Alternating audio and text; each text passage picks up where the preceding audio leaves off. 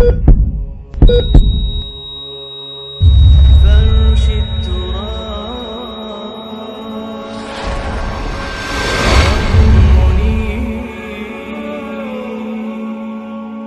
হামদুলিল্লাহ ওয়াসসালাতু ওয়াসসালামু আলা রাসূলিল্লাহ আম্মা বা'দ। হে ভাই, ভুলে যাবেন না, আপনি যেসব কথা বলছেন আর যেসব কাজ করছেন সব কিছু লিপিবদ্ধ করা হচ্ছে। ভাববেন না আপনাকে কেউ দেখছে না, আপনার এই গুনার খবর কেউ জানবে না। আল্লাহ তাআলা কুরআনে মাজিদে বলেন, ওয়া ইন্না আলাইকুম লাহাফিযিন কিরামান কাতিবিন ইয়ালামুনা মা তাফআলুন। অবশ্যই তোমাদের জন্য তত্ত্বাবধায়ক নিযুক্ত আছেন, আমল লেখক ফেরেশতাগণ। তোমরা যা করো তারা সবই জানে। আপনার প্রতিটি কথা নিমিষেই লেখা হয়ে যাচ্ছে আপনার আমল নামায়।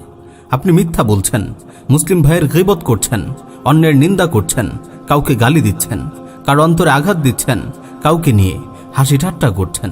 আপনি হয়তো খানিক পরেই এসব ভুলে যাবেন, কিন্তু কিরামান কাতিবিন নিখুঁতভাবে সব কিছু লিখে রাখবেন।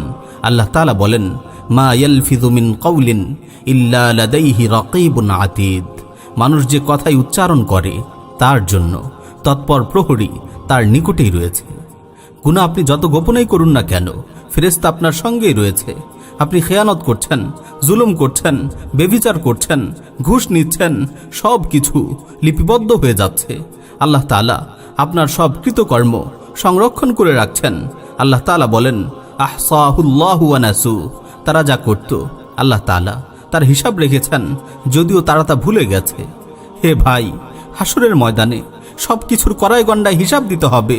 সেদিন মানুষ তার কৃতকর্মের নিখুঁত বিবরণ সম্বলিত আমলনামা দেখে আশ্চর্য হয়ে বলবে, ইয়া ওয়াইলাতানা মা লিহাযাল কিতাব লা ইউগাদিরু সাগীরাতান ওয়ালা কাবীরাতান ইল্লা আহসাহা। হায় আফসোস, এটি কেমন আশ্চর্য কিতাব! ছোট বড় কোনো আমলই তো এতে বাদ দেওয়া হয়নি, সব কিছুর হিসাব এখানে আছে। ছোট থেকে ছোট সওয়াব আর ছোট থেকে ছোট গুনাহ কিছুই বাদ যাবে না, সব কিছু নিখুঁতভাবে সেদিন হাজির করা হবে। ফামান ইয়ামাল মিসকালা যাররাতিন খায়রান ইয়ারাহ ওয়া মান ইয়ামাল মিসকালা যাররাতিন শাররান ইয়ারাহ। কেউ অনুপরিমাণ নেক কাজ করলে সে তা দেখতে পাবে, আর কেউ অনুপরিমাণ গুনাহের কাজ করলে সে তাও দেখতে পাবে। যার আমল ভালো হবে তার আমল নামা ডান হাতে দেয়া হবে। সে খুশিতে আত্মহারা হয়ে যাবে। সবাইকে সে বলবে, হা উমুকরাউ কিতাবিয়া ইন্নী যানানতু আন্নী মুলাকিন হিসাবিয়া। নাও, আমার আমল নামাটি একটু পড়ে দেখো।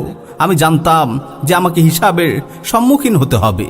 তার স্থান হবে সুউচ্চ জান্নাতে, যার ফলসমূহ অবনমিত থাকবে। তাদেরকে বলা হবে, পানাহার করো তৃপ্তির সহিত দুনিয়ার জীবনে যে আমল তুমি করেছ তার বিনিময়ে। আর যার আমল খারাপ হবে তার আমল নামা দেয়া হবে বাম হাতে। সেদিন তার আফসোসের কোনো শেষ থাকবে না। সে বলবে, ইয়া লাইতানি লাম উতা কিতাবিয়া ওয়া লাম আদরি মা হিসাবিয়া ইয়া লাইতাহা কানাতিল কাদিয়া মা আগনা আন্নি মালিয়া হালাকা আন্নি সুলতানিয়া।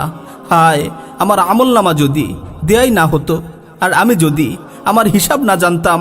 হায়, আমার মৃত্যুই যদি আমার শেষ হতো। আমার ধন সম্পদ আমার কোনো কাজে এলো না, আমার ক্ষমতাও বিনষ্ট হয়ে গেছে। ফেরেশতাগণকে বলা হবে, ধরো তাকে, তার গলদেশে বেরি পড়িয়ে তাকে জাহান্নামে নিক্ষেপ করো।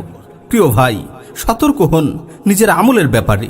প্রকাশ্যে বা গোপনে সব ধরনের গুনাহ থেকে বেঁচে থাকুন। বিশেষ করে গোপন গুনাহ থেকে দূরে থাকুন।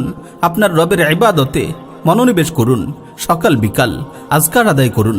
আল্লাহর কাছে গুনাহমুক্ত জীবন লাভের জন্য কায়মনো বাক্যে প্রার্থনা করুন। প্রিয় ভাই, মনে রাখবেন, গুনাহে যেমন আনন্দ আছে, গুনাহ পরিত্যাগেও আনন্দ আছে।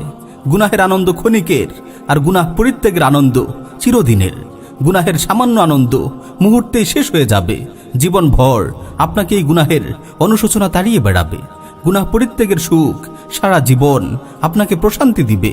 জীবনের প্রতিটি ক্ষণে আপনি অনুভব করতে পারবেন গুনাহমুক্ত জীবনের নির্মল আনন্দ। এই আনন্দের কোনো তুলনা নেই, এই সুখের কোনো শেষ নেই। প্রিয় ভাই, আর দেরি নয়, আজকে থেকেই 3টি বিষয়ে সাবধান হওয়ার অঙ্গীকার করুন। 1. আমল করার সময় খেয়াল রাখুন আপনি আল্লাহ তাআলার দৃষ্টিসীমার আওতায় রয়েছেন। 2. কথা বলার সময় খেয়াল রাখুন আল্লাহ আপনার কথা শুনছেন। 3. মৌনতা অবলম্বনের সময় মনে রাখুন আল্লাহ আপনার অন্তরের খবর জানেন। আল্লাহ তাআলা আমাদের আমল করার তৌফিক দিন। আমিন ইয়া রাব্বাল আলামিন।